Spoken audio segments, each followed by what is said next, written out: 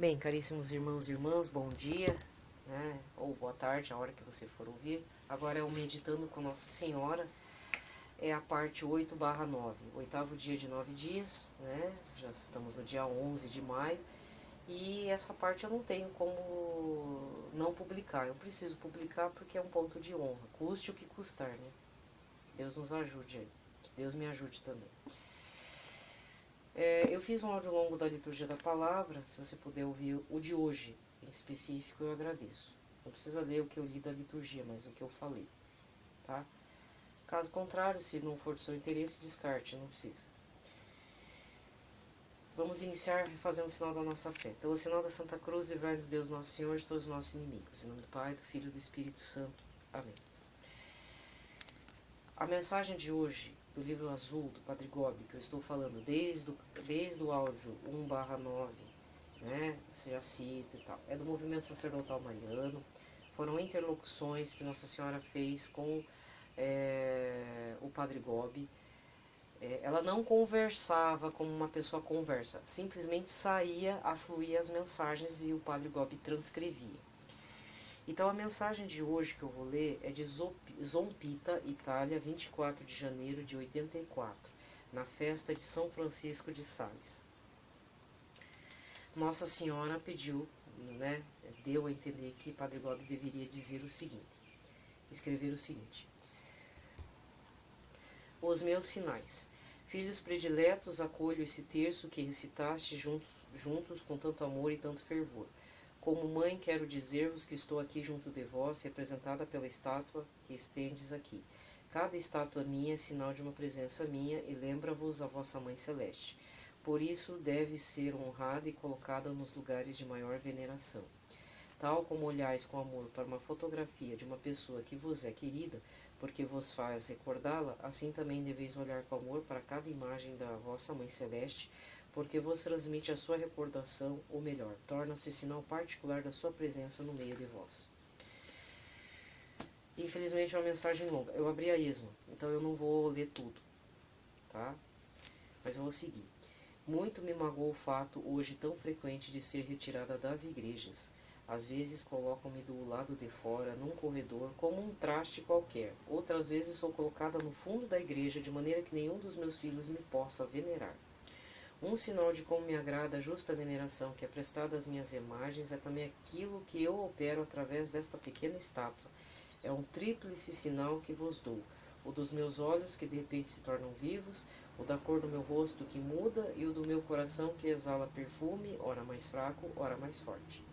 Pelo sinal que vos dou com os olhos, quero indicar-vos que jamais, como nesses tempos, a vossa Mãe Celeste vos olha com os seus olhos misericordiosos. Ela não está longe de vós. Conhece todas as dificuldades em que vos encontrais nos momentos difíceis que viveis, com todos os sofrimentos que vos esperam, com a grande cruz que deveis carregar. E é com estes olhos que olho para todos, para os afastados, para os ateus, para os drogados, para os meus pobres filhos pecadores.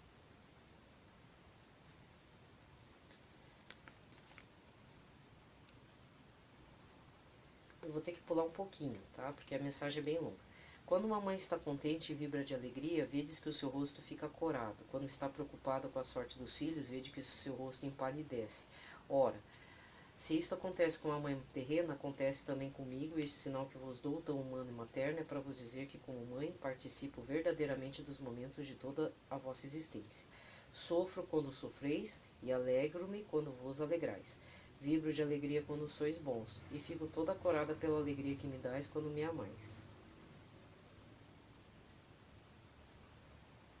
Compreendeis então o porquê da minha compaixão materna para com os pecadores, para com todos, mas especialmente para com os mais afastados, os mais necessitados da divina misericórdia. Quando apareci em Fátima, ensinei-vos a rezar assim a Jesus: levai as almas todas para o céu, especialmente as mais necessitadas da vossa misericórdia. Eu amo a todos, a começar pelos mais afastados, por estes meus filhos pecadores, aos quais vou seguro e materno refúgio.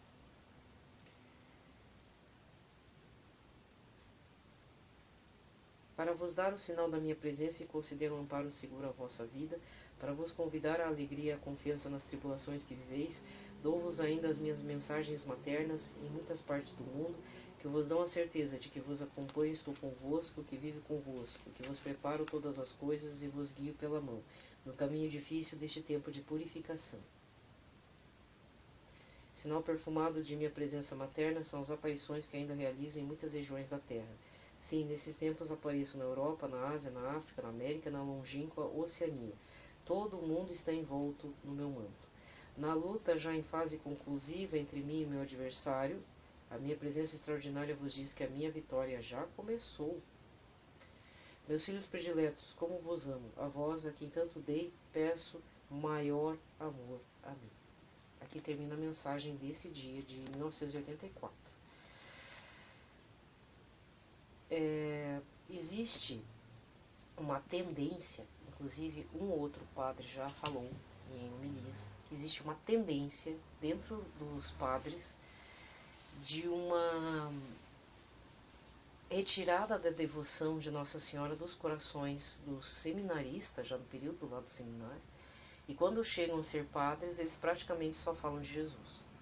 E eu já peguei padres da renovação carismática, que até sumiu, eu nem sei onde é que foi parar esse padre, que um dia ele foi fazer uma homilia e disse que deu a entender, esse excesso de devoção a Nossa Senhora tem que parar.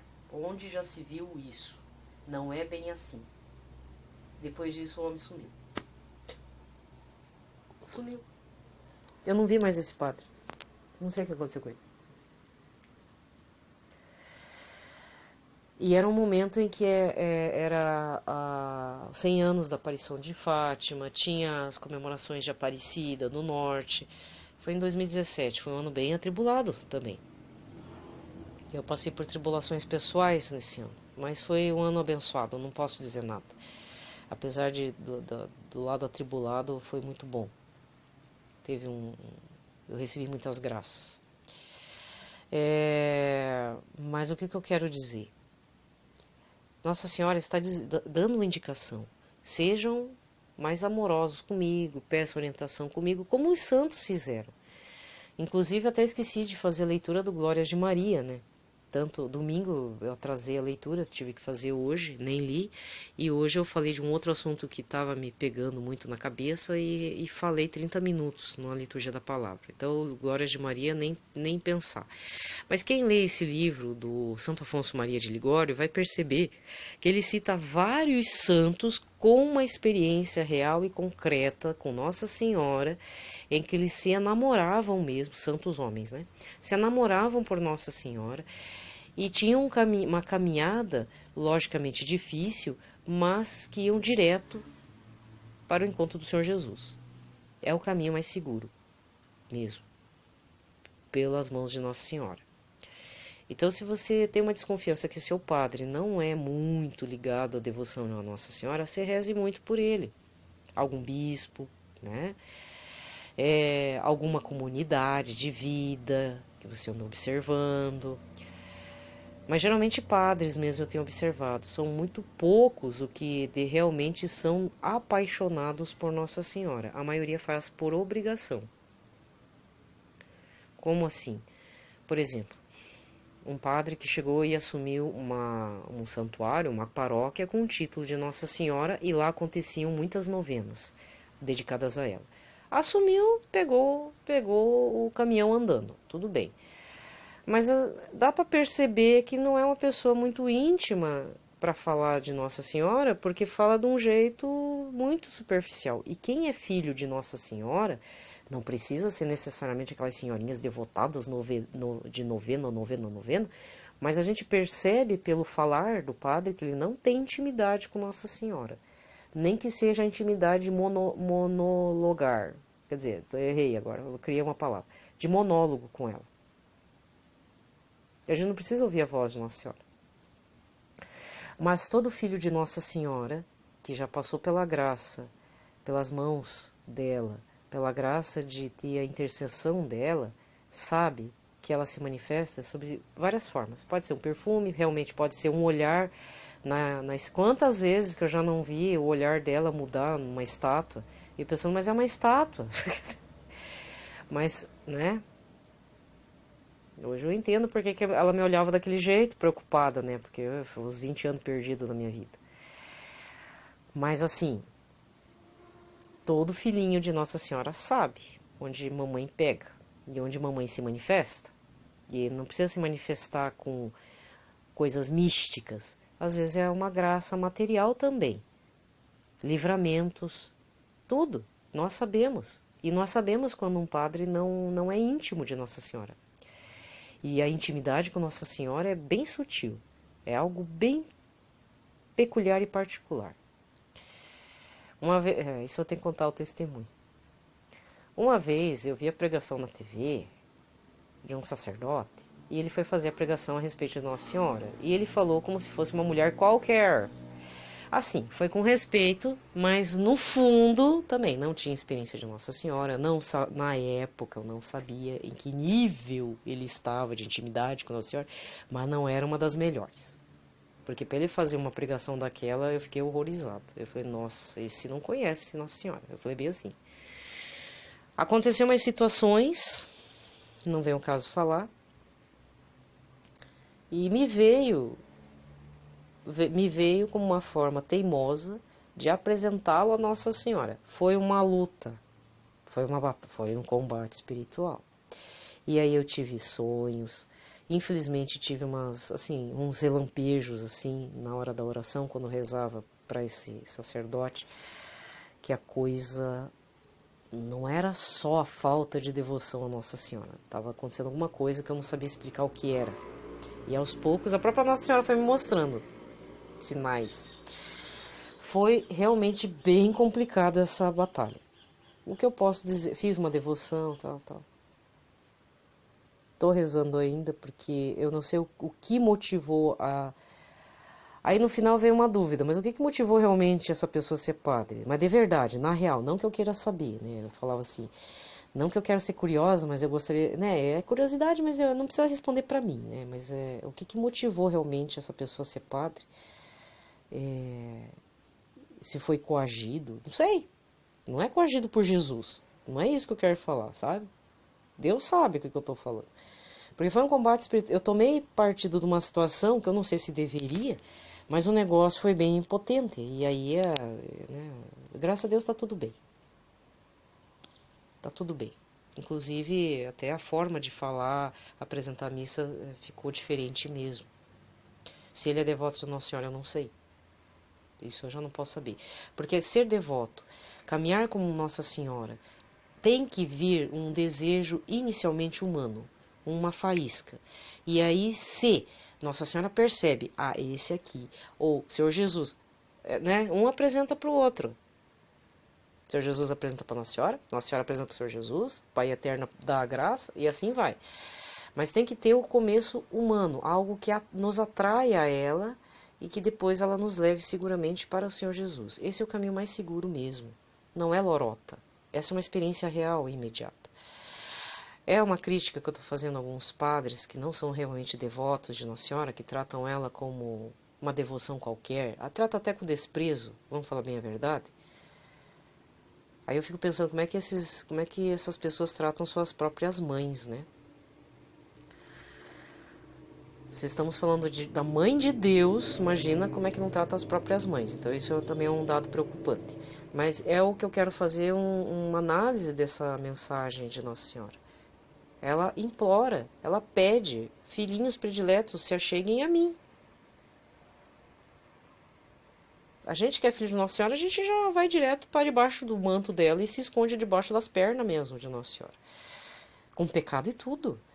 Com tudo de errado que a gente tem, a gente vai como se fosse criancinha brincar lá no manto dela. Mas e quem não acredita? E quem não tem devoção? Quem não tem um mínimo amor, um mínimo respeito por Nossa Senhora? Ela está dizendo em 84, ela já prenunciava, a minha vitória está próxima, o Imaculado Coração vai vencer, vai triunfar. Isso é uma promessa, isso, se você meditar, vai acontecer. E quanto mais acontecem coisas ruins em nossa sociedade, durante essa pandemia, o futuro não está legal, tem jovens se matando, tem gente que não está aguentando a pressão, realmente estamos muito próximos, agora bem próximos do fim dos tempos, né? Porque a gente não sabe mais do que certos seres humanos são capazes de fazer com outros. É a influência do maligno mesmo na Terra, certo? E de 84 para cá é bastante tempo, você não, né? Você tem que admitir, quase 40 anos já, mais de 30 anos, indo para 40. Então, pessoas queridas que me acompanham nesse áudio, né? Essa é uma das mensagens aprovadas. Existem outras, eu já indiquei uma outra, inclusive, é o Direction for Our Times. O céu fala, né? A tradução em português seria mais ou menos isso. Direção para os nossos tempos. Também tem uma senhora que recebe interlocuções, só que é de Jesus, Nossa Senhora e de outros santos, e nos preparam para esses momentos difíceis. Também teve um começo, meio e fim. Dá para receber newsletter, né? Já indiquei também o canal do Padre Eduardo Souza Lara, que é quem geralmente divulga esse material. Ele está com uma playlist chamada O Céu Fala. E fazer um adendo também. O Padre Duarte está fazendo homilias todo domingo, já está colocando lá, está alimentando, né, o sistema, alimentando o canal dele, graças a Deus. Só tem um áudio.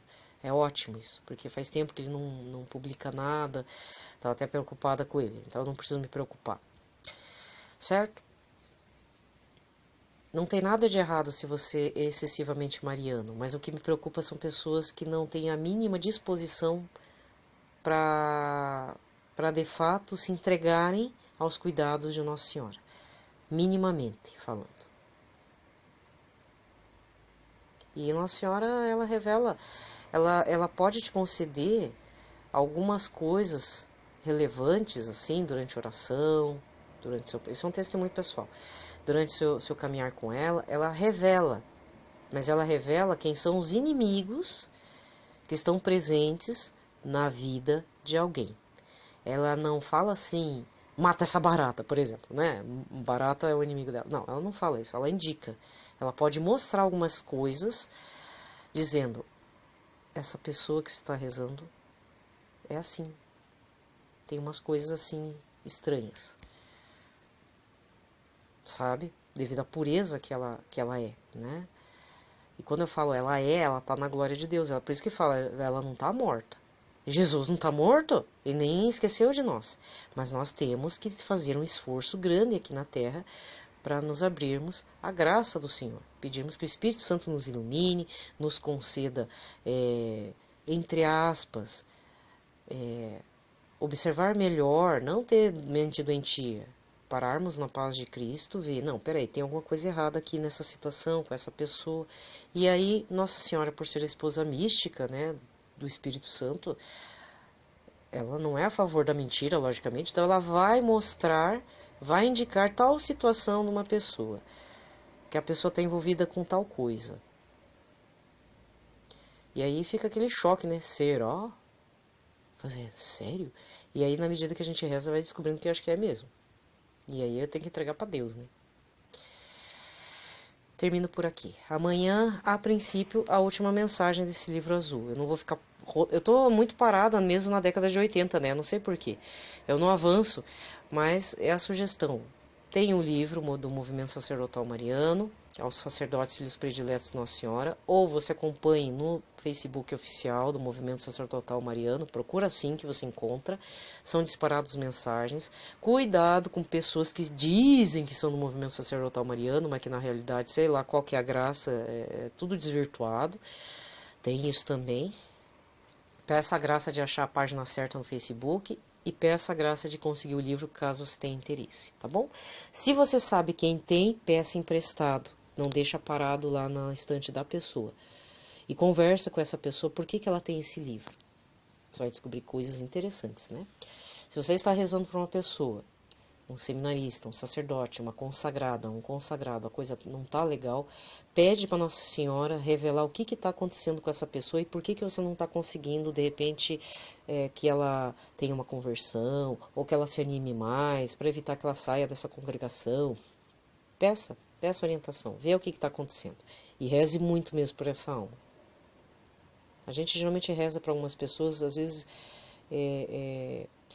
eu penso assim, a alma da pessoa está pedindo socorro, sabe? Eu me estressei muito por rezar por essa pessoa que eu falei. Me estressei bastante.